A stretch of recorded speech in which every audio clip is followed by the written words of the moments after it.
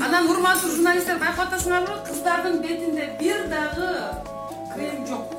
Азыркы сөз менен айтканда мейкап жок. Нукура сулуу кыздар.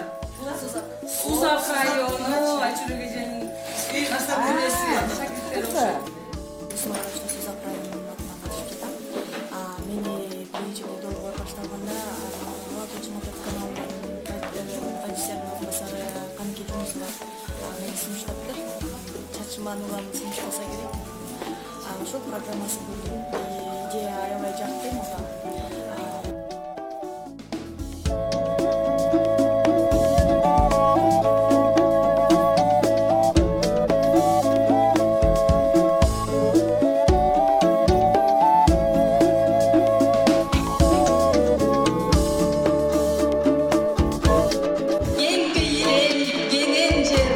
Среди конкурсанток была и наша коллега Адина Досумбетова. На протяжении всего конкурса она набирала наивысшие баллы.